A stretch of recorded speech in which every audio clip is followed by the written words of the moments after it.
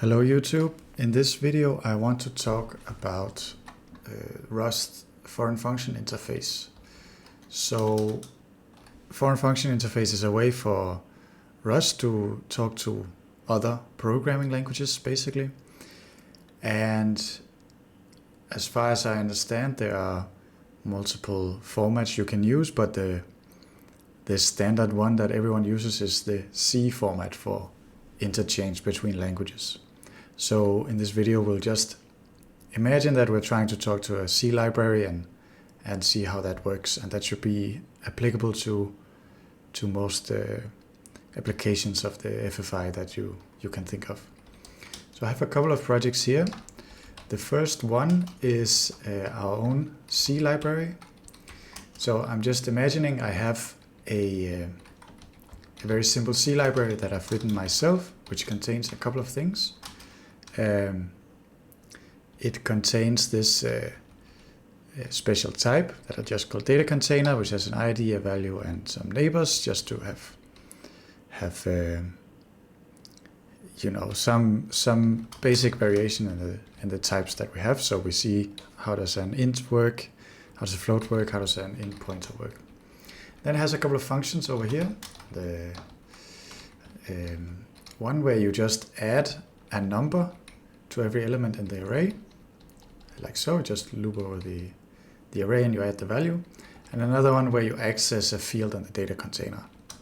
So now, once we have this library, we need to compile it.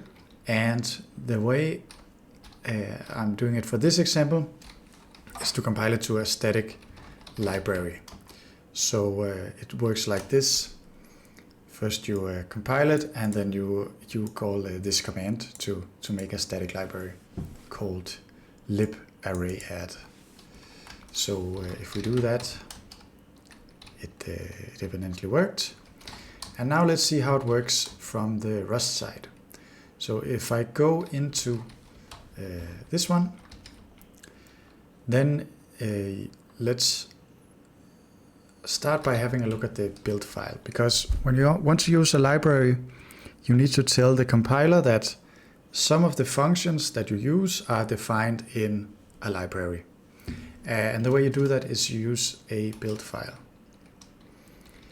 So build files can be very complicated, and there's a lot of details, and for this part of the video we won't really be using a lot, except that you have this feature that anything you print to standard output in the build file, that will be used as an input to the actual building of your library. So you can see here I'm adding something to cargo. I'm adding an argument with this value.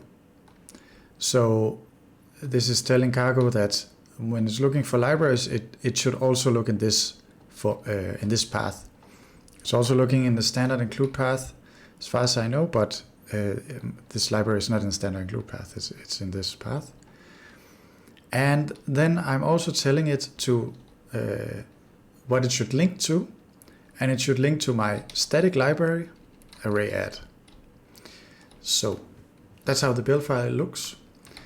And yes, as I said, when you build it, these arguments will be supplied to the compiler, the Rust compiler, and then it will be able to link to my library. So let's see how we actually use it in source code. Okay, so here we have the data container, and you can see I have to define it again here. It cannot just pull the definition out. It's kind of like including a header in C. And to make sure that the definition conforms to the way it's defined in C, like basically that the bytes are laid out in the same way, we have to use this repr_c macro. So anytime you use a struct from C, you call this. And I am just using the standard Rust types for this, which could vary from platform to platform. Like maybe it's not I32 on all platforms. And if you want to get around that, there is a library for that, but just to keep it simple, we're not looking at that right now. So we're just looking at this very basic definition of the data container. So let's go back and just compare it to the C definition. So we have the ID again, we have the value, and we have the neighbors. Over here it's just an int pointer, here it's a mutable pointer to int. And now let's look at the functions. So the declaration mirrors that, this Rust declaration mirrors the one in the C. So we declare first the function, which takes again a mutable pointer to f32, an integer which is the length, and a value which is an f32, and it doesn't return anything. So we don't do like this in Rust, we just don't have an arrow. And again there's the other function, getValue, which takes a data container, and here I've made it a const pointer because we're not changing the data container. We could also do that over in C, but let's not do that for now. And this function returns a float. So once you have these declarations and once you have the things in the build script, then you can start using them. So let's see some examples. Now the interesting thing is that these both take, this one for example, it takes a pointer to some f32, so we can actually use it with multiple types. Here's an example with a statically sized array, the array type in Rust. And then there's an example with the vector type. And what I'm doing just to check that it works, first I print the array value before, then I call the function. And you may note that I have put it inside an unsafe region. And you have to do that because who knows what happens in C. C is inherently unsafe. So we have to declare it as unsafe. And then I take array and I turn it into a pointer this way. I say there's two elements and I want to add one to them. And then I print the array after. So let's try to run that. And I will not do that. I will put the output over here. So just look at the first two. First it's 1, 2, then it's 2, 3. So that seems to work correctly. The same thing with the vector. Again, we call as mutable pointer. If I run this before, it's 10, 11, and then it becomes 15 and 16 because I add 5, not 1. And then we have the data container. Now, here, because I don't really have any neighbors, you could imagine, again, probably adding like same way as here, add a pointer to something. But now I just want a null pointer, so I'm using this pointer module in STD in the standard library. And if I call getValue on that with a reference to the container, again it returns here value from C -2, which is the correct. So just to reiterate, when you have your own library, first you make sure it builds. Then you add a build script, build.rs, to your cargo project, and you add the path for where it should search for the library, and you add this link command. You could also make a dynamically linked library, a shared library. Then it would be a different command here. And that's it for the build. And then when you want to use it, you declare the things you want to use in Rust, and then you just use them. So every time you call these functions directly, you have to use it inside an unsafe block. So it could be useful to make some kind of safe wrapper. For example, let's call it safe add, and it will work on vectors. And you also need a value. A value.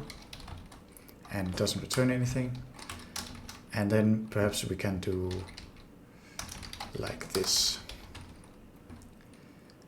Add x array as mutable pointer, and we need the length of the array and then the value.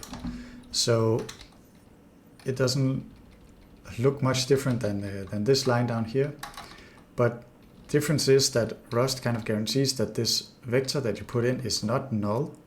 So anything that goes into this function won't be null, which would obviously be an error. It also guarantees that the length here is actually correct, and the value is just the value. That can probably not go wrong. But with this wrapping, we kind of get the safety guarantees of Rust. So that's what you normally do when you use a C library. You make some kind of safe wrapper. Okay, but this was just a very simple example. And if you want to use a real-life library, writing all these declarations can be quite annoying. And that's why the next thing we'll look at is something called bindgen for Rust, which will generate this automatically.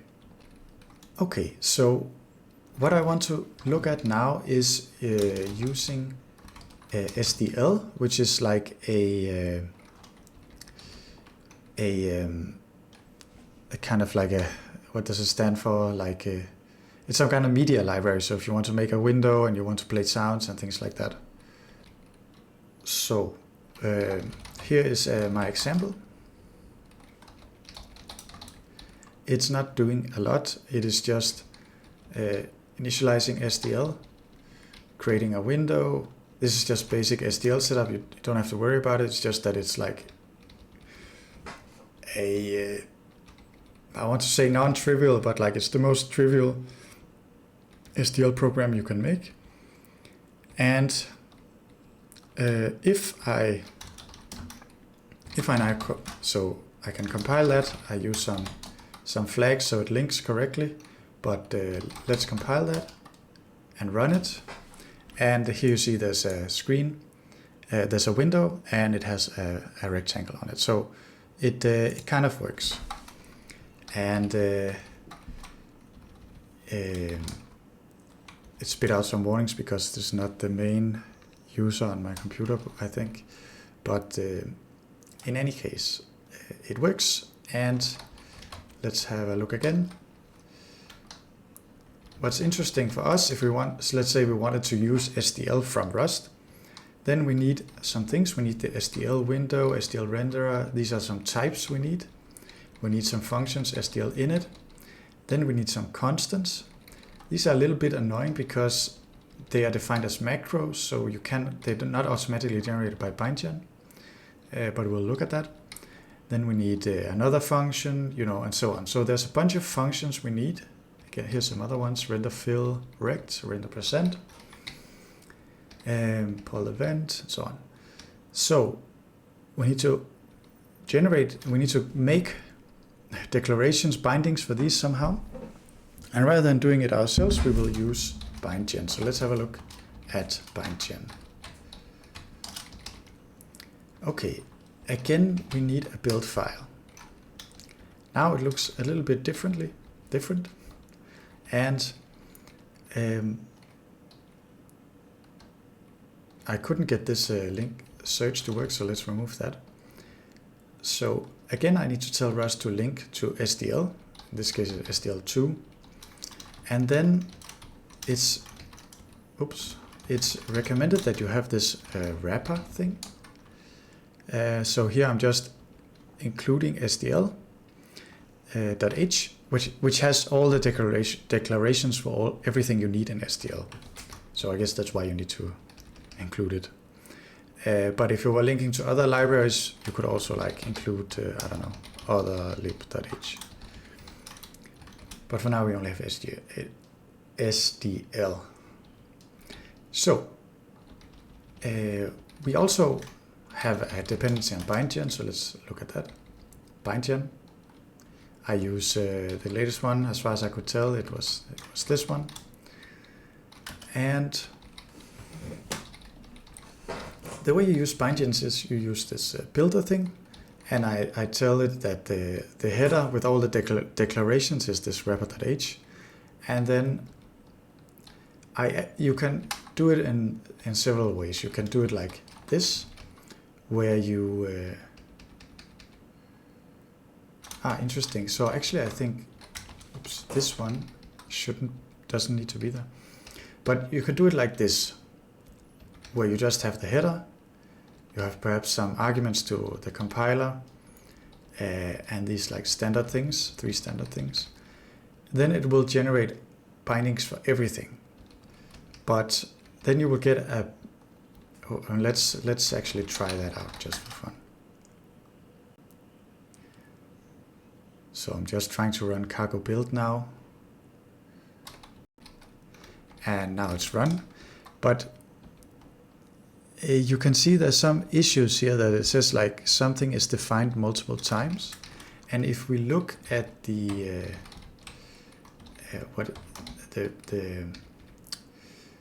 bindings it generates, so you have to get a little bit lucky to find the right one. But here you see down somewhere deep inside the build folder, it has generated this bindings.rs. And you can see it has all these declarations of various weird things. But here is an interesting example that it says that this SDL init video is defined in a line. Okay, so I'm probably in the wrong one. I don't know why it has all these. Not that one.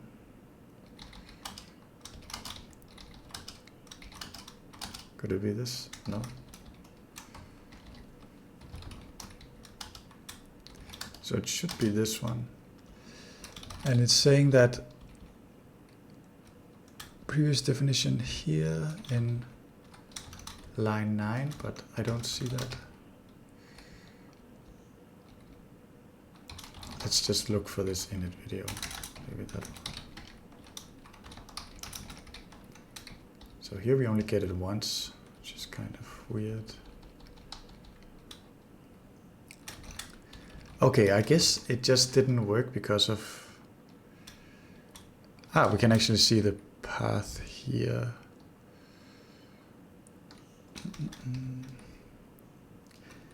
So I am in the correct path, but for some reason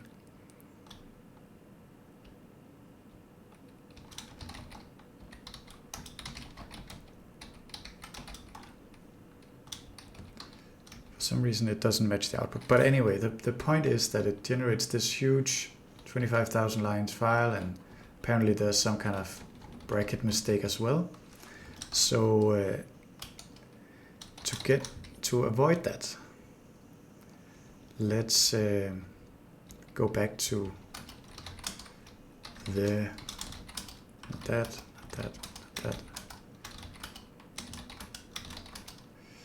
Let's go back to the build file. To avoid that, I'm only allow listing the things that I actually want. So I just looked at the program that I wrote before, and I allow listed all the types that I was using and all the functions. Now if I build, then it failed again. Perhaps you do need this one.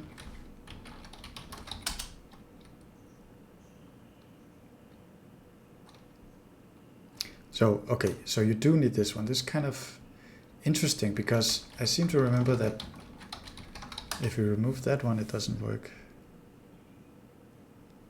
Yeah, so, okay. So you need to tell Rust to link to this, but you also need to tell, okay, I guess it makes sense. You need to tell it to use this include path and to link to it. Okay, but now,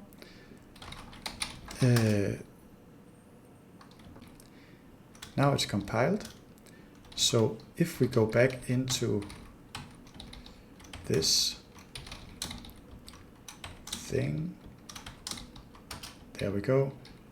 Now it's a lot smaller, only 5,000 lines, but at least not 25,000, and we didn't have to write them ourselves. And most importantly, there was no errors. And it's like pulled in all the things we need. Also some things we didn't allow list, but just things that it needs because of, you know, to make to pull in the things we told it to pull in. Maybe it needs to pull in some other things. There's also some tests, so you can test that the bind gens were actually done correctly. So the bindings were done correctly. So let's look at the Rust file. I just have some allow things to not look nice. And then to include the bindings, this is the way you do it. You call the include macro. You concat the environment variable out here with bindings rs. This is just the way you do it. And now if you recall in here, let's actually go back to bindings. Debug, build, Rust, that one out. There's nothing called init video here. And as far as I can tell, the reason is that if you look into the SDL header, it's a pound define. It's a macro define thing. So, but we need those things. For example, here it's like a flag that you pass to the init function. So what I did, and it is quite possible there's a better way, but I'm not sure how you would see that, how you would do that. But I printed these constants, and then I define them myself. So it's a bit annoying, but at least you only have to do it once. And now you can sort of go through line by line, comparing it. And I won't really do that. I mean, it's mirroring it a lot. Again, everything is in an unsafe block. And interesting thing is that we should use these mutable pointers. And the way I do that is to use this macro, which should work for anything. And then you just fill things in. Apparently this create window renderer needs a mutable pointer to a mutable pointer, which is interesting. But it's basically one-to-one with the C code, so we can try to run it, and it works again. So this code is available at, if you follow the link in the description, and I think that's it. So this is like basic FFI for Rust, just a quick start, and I'm sure there's many more resources out there if you want to get really deep into the weeds. But I think this is nice if there's like, you want to do something in Rust, but you cannot find a Rust library for it. Now you can actually write your own. Okay, until next time.